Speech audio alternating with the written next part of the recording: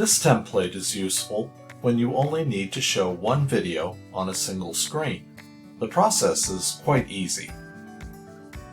First, click the Add Screen button, find the Web Video template, and drag it to the workspace. Once the template is open, click the open white space labeled Click here to view properties to open the editor. Select the video from YouTube you want to add to the screen. Click Share, and then copy the URL.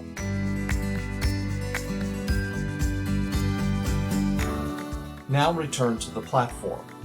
Paste that URL into the editor. Be sure to name the screen and save it.